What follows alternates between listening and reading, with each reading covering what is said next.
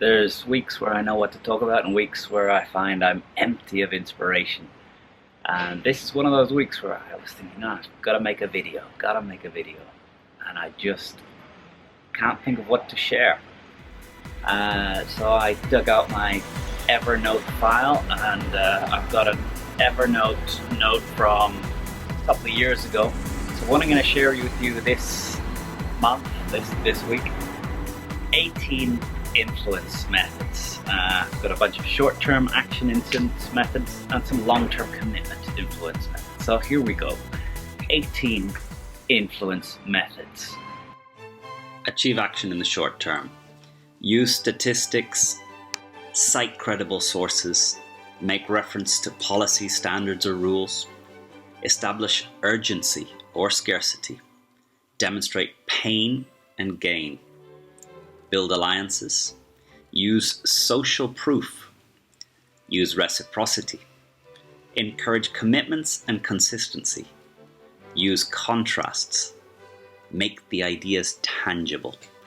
And to achieve commitment in the long term, identify shared values and principles, connect to higher level goals, build rapport and trust, like and be likable, request their assistance or their advice, be influenceable, and lead by example. Use statistics. General abstraction is not as powerful as 80% of people live longer who eat vegetables. So statistics, find numbers that back up what you're saying. Don't give generic things, give the number, the percentage. Next, cite credible sources. It's more important that that data comes from a source of credibility. Wall Street Journal published this is much more impactful than a friend of mine said so. So statistics with credible sources. Next, make reference to policies, what has happened in the past, rules in the company. If you're asking for someone to do something and you can find that there's a policy in the company that this is in line with, well, make reference to that policy and then make the request for change. It's not you that's asking for the change, it's the policy in the company. Establish urgency or scarcity. The greatest enemy you have to someone taking action is not that your idea isn't a good idea. It's not that your data isn't good data. It's that the person sits there and thinks, well, I could act today, or I could act tomorrow, I could act in a week. And they think, well, I will act on this, but I'll act sometime in the future. Your challenge is how to get them to act now. If they begin now, the world changes. If they wait till tomorrow, till next day, nothing changes. How do you get them to begin the diet today, to go to the gym today? Not to know generally that it's a good idea, but to wait. You need to establish that there's something they will lose today if they don't begin. If you're inviting people to a party, say you need to know by Saturday. Well, let them know, we're going to buy the food today. I'll need your commitment today so that we can make sure there is food. Will you let me know today whether you can attend next Saturday? The buying the food becomes the request for an urgent answer. Demonstrate pain, current pain, and potential gain. What's the thing they're suffering at the moment? With Vistage, the pain of doubting your decisions, of not being sure whether you've seen all the possible things, of not knowing if you're letting people down, the lack of quality of your decisions. And gain.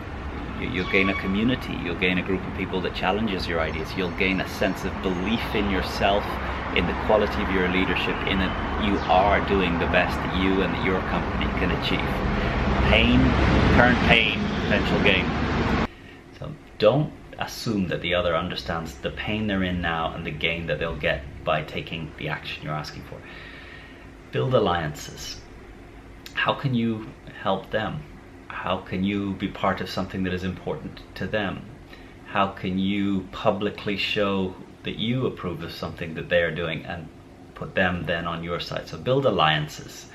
Help others on campaigns that for you are valuable. Social proof. It's almost more valuable if I was to say to you, there's a party on Saturday night, will you come? The first question you'll ask, who's going to be there? this is the same in getting any action. If you can tell me that 80% of the people in this audience have already donated €2, I'm asking the remaining few just to reach into your pocket and give me some money. It's a very different thing than, could anyone give me €2 for Médecins Sans Frontières? If you know that there are many people already with you, let the rest know. And if you don't know, well, you don't know your audience, so find out who's already in support. But social proof, there's a saying that marketing, the whole goal of marketing is to allow you to say that we are the leader in this category. When you're the leader in a category, what it is, it's social proof. Most people buy from us. So you've got a category where most people take the decision to go with you. Social proof. Sometimes it's more important who else is with you than letting people know more about the benefits. Reciprocity. What can you give? What gift can you give?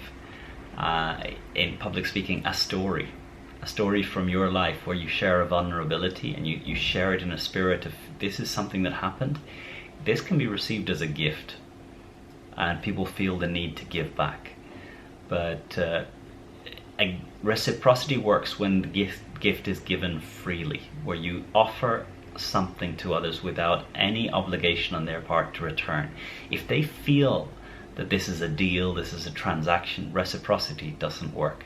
So it's a very, very tiny thing in the difference between what feels like a gift versus you are doing this in order to get me to respond in a certain way.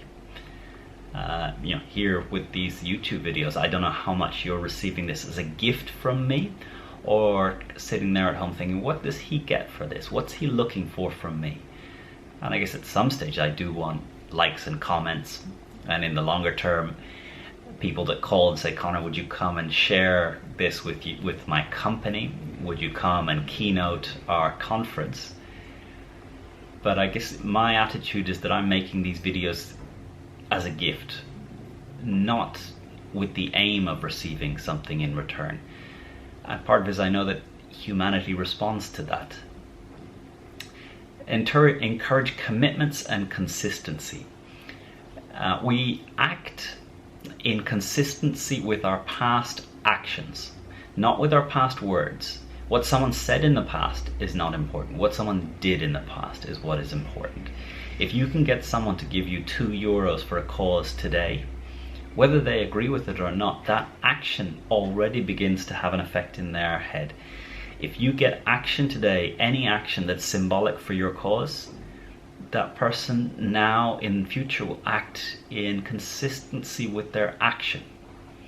So getting any level of commitment, whether it's a signature, whether it's a petition, whether it's something small of not huge value to you, getting action today from the other person leads to them having a higher level of commitment in future. Use contrasts. There's a saying, we don't resist change, we resist being changed. And one of the powerful ways of persuasion is not telling someone what to do, but just giving them the data and letting them say, I see what you mean. One of the structures we use in my courses is past, present, future. You tell a story about the past, a story about the present, and the future. And the past is a time when things were good, things were working well. The present, it's missing. Future, imagine if it came back. And it's the contrast between the compelling past, this has worked in the past, the absence of something today, and then the challenge to bring it back and imagine if and it would feel this way. You don't tell the person what to do. You let the contrast between the three stories pull from them the conclusion of what they think is right. And the contrasts really make the other feel engaged. Make ideas tangible. I think the clearest, most powerful way that this was done is in the recent US elections. Hillary Clinton talked about immigration reform. Donald Trump talked about the wall.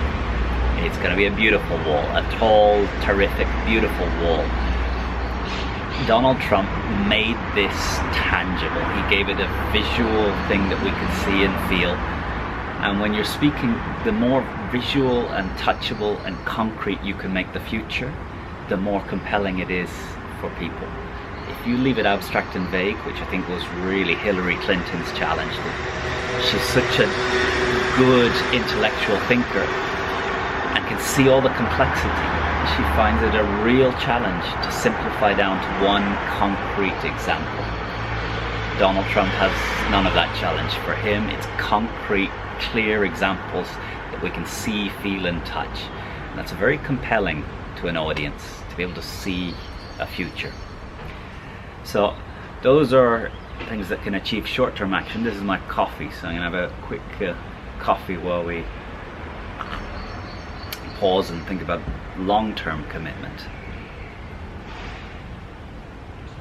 And I don't know if you can see the park there in the background, but that's where I take my little daughter, go on the swings, get her out of the house, get some fresh air, play. Commitment in the long term. What can you do to achieve commitment in the long term? So a lot of those initial things move to today's action, but they haven't changed whether there's a long-term commitment from the people with you. Some of the things you can do to achieve long-term commitment from the others towards your company, your mission, your purpose, your project, your campaign. One, identify some shared values. Articulate what your values are, what your values that are espoused by your company, your project, and how you see those values also in the audience. All of my activity is targeted towards deep conversations with people who I find inspiring, and I want to be an inspiring connection in their life, and have those conversations where I ask deeper questions than they've got from anyone else. I challenge them to really be clear about what their life is about in a way that few others do. That's my higher level goal. And when I'm teaching on a course at ESA, when I'm teaching a leadership course, stating at the beginning, this is going to be different.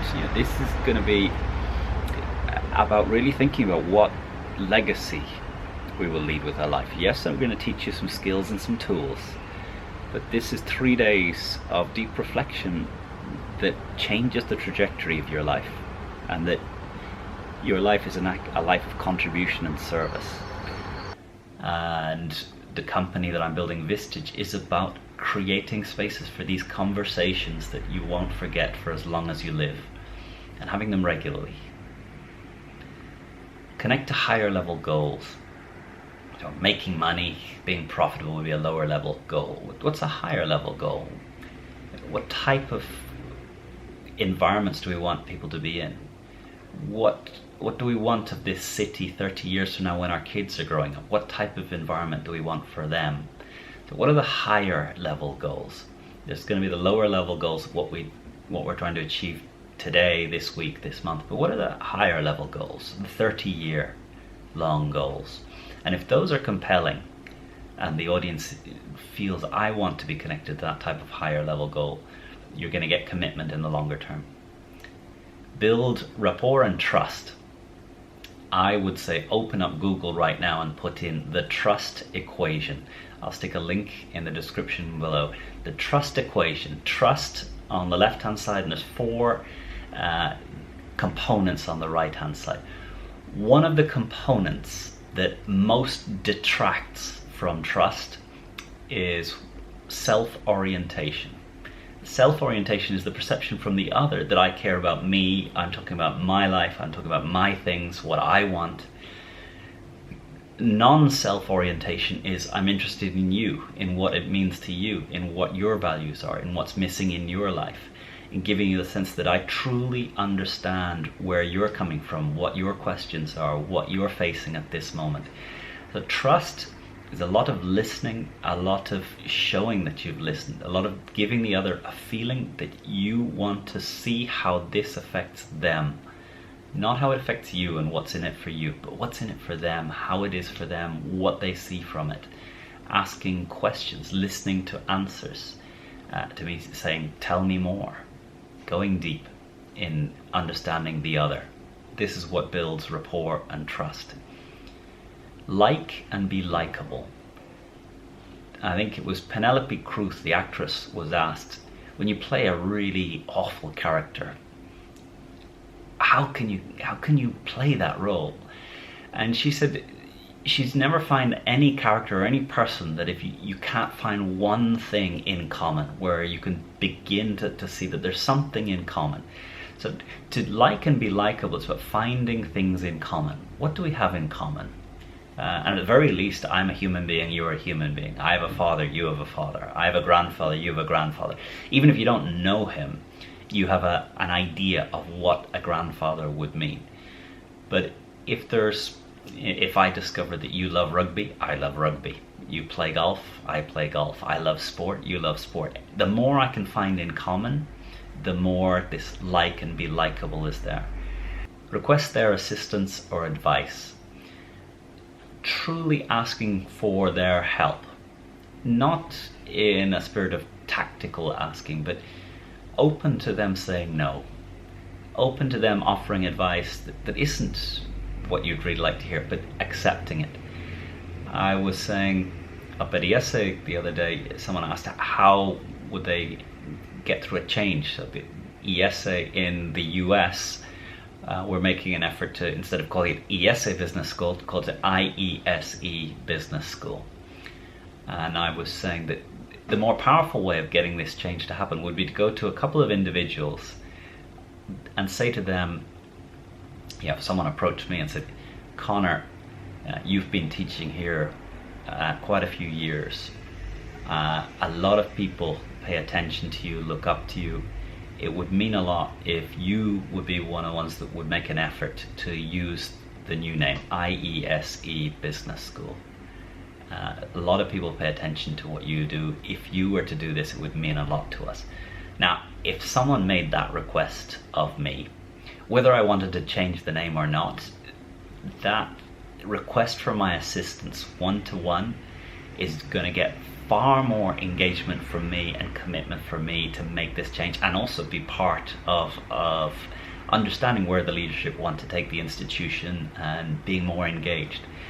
So going to an individual and saying, what you do and how you act matters to a lot of other people in this audience. It would mean a lot to me if you would be willing to make this change. What a compelling engagement and achievement of commitment from that person. And again, you've got to be open to them saying no, and you've got to be authentic about this. But if you can, and always there's going to be people in the audience that inspire you, and you can say, look, to me, you are someone that I really respect. If you were to make this change, it would make a real impact for me, and I think it would really impact a lot of other people. Be influenceable. This means, I often say, listening isn't about hearing. Listening is actively seeking to be changed by the other person. And if you are not actively seeking to change a belief, change an attitude, change a perspective, change a way you see the world when you are having a conversation with the other person, you're not really listening, you're not being influenceable. So for the other to become open to change, you have to be open to change. Be influenceable. Lead by example. There's a story that Mahatma Gandhi was asked by a mother if he would tell her son to stop having so much sugar in his drinks and on his food. And Gandhi said, give me 30 days. The mother didn't understand, but 30 days later, Gandhi came back into the house, sat down with the boy, and he said, stop putting so much sugar in your drinks and on your food. The mother approached Gandhi and said, thank you for that, but why did it take you 30 days? You could have said that a month ago. Gandhi said, I needed to do it myself before I could ask your child. Leading by example. I've been a teacher of leadership, a teacher of getting the best out of others, and to me it's so important to me that I don't talk about something that I haven't attempted to live in my own life. It doesn't mean that I've achieved it with success. It doesn't mean that my family wouldn't laugh sometimes at some of these ideas and say that Connor lets himself down 9 times out of 10. But there's nothing I share in these videos, nothing I share in a class, that I am not doing the work to attempt to be day after day better and better at putting it into place in my life. I won't tell you to eat less sugar unless I've begun in my own life to drink less Coke, to drink less sugary liquids, to drink more water, to eat less donuts. So leading by example. What action can you take? What way can you live the change in your own life in a visible way before you ask others to join you on that walk? Lead by example. So here, I hope these 18 influence methods, some for the short term, some for getting long-term, lifelong commitment, are useful for you to reflect on the changes that you're making. Are you using these tools, this type of data, these types of techniques to convey your message in a more compelling way to those that you are seeking to influence? What are the challenges you would have? What type of blogs and questions should I be answering with these videos? Have a great day. It's a bank holiday Monday here in Barcelona. Sitting out on the balcony, about to head over to my friend Florian's house for some lunch.